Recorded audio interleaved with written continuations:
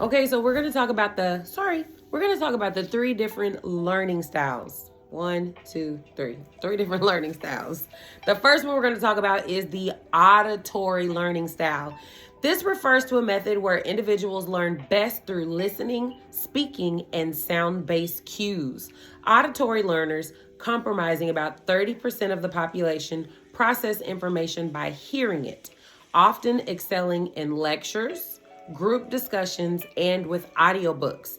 They prefer spoken instructions over having to read instructions. Some of the key characteristics for auditory learners are they often prefer background noise, music, or talking to themselves while studying. They can also easily remember information that has been spoken or delivered through audio, often recalling the tone and inflection of the speaker. They tend to read out loud to better understand or remember material. They have good memory for spoken information, including names, facts, and song lyrics. They enjoy asking questions and participating in discussions to solidify their understanding.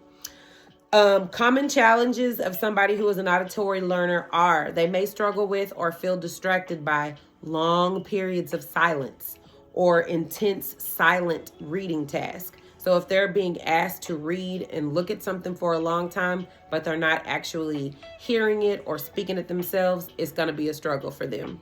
They may also have trouble focusing on written, nonverbal instructions. All right, so that is your auditory learners. Next, we have our visual learners, where individuals learn best by seeing information through images, maps, diagrams, color-coded notes. These learners think in pictures, possess strong spatial awareness, and prefer reading or viewing videos over listening to lectures. Key strategies include using infographics, charts, and flashcards to organize, visualize, and recall data. Some of their key characteristics are they must see information to understand and retain it. They possess a strong sense of balance, color, and alignment. They can easily create mental images to recall information. They often prefer reading over listening and writing over speaking.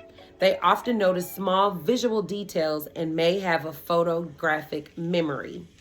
Some of their pitfalls are visual learners may struggle in environments that rely heavily on oral instruction, such as a long lecture that doesn't have any accompanying visual aids. They may also be easily distracted by clutter or movement in their environment.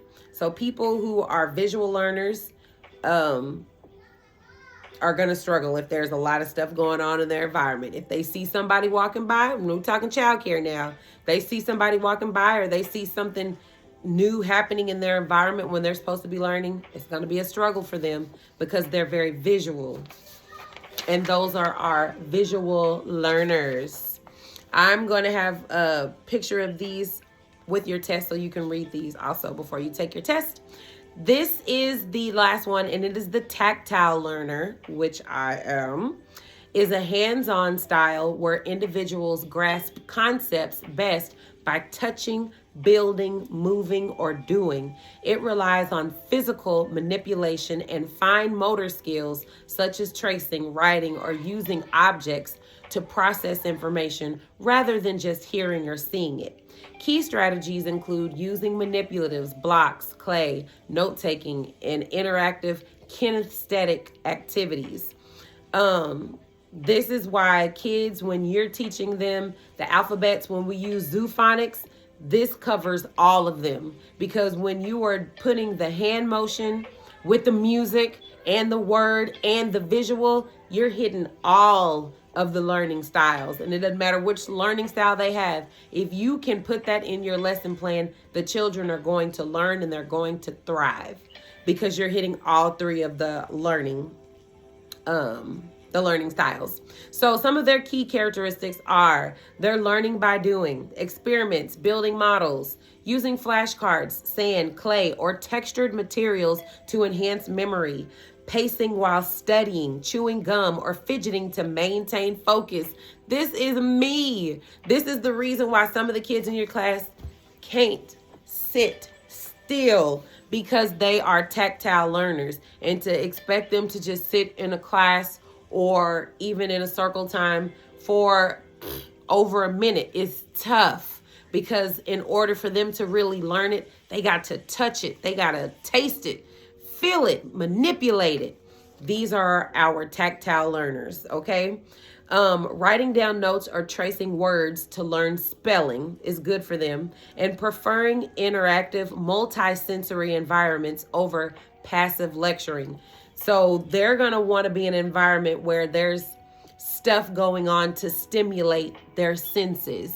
So for instance, if we're learning A for apple, how amazing would it be to be able to trace the A for the apple, you know, get a couple of colors, red and green, color some apples, taste an apple, A apple, while you're tasting, smelling the apple, and you're drawing, coloring the apple and tracing the word apple. You're doing all these things, and that's what helps tactile learners really get it in there.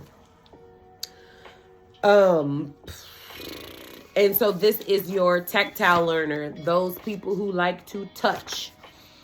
So you will get a test on all of these, and you will get credit, 3 hours of credit for doing all of these classes for this January month. Thank you.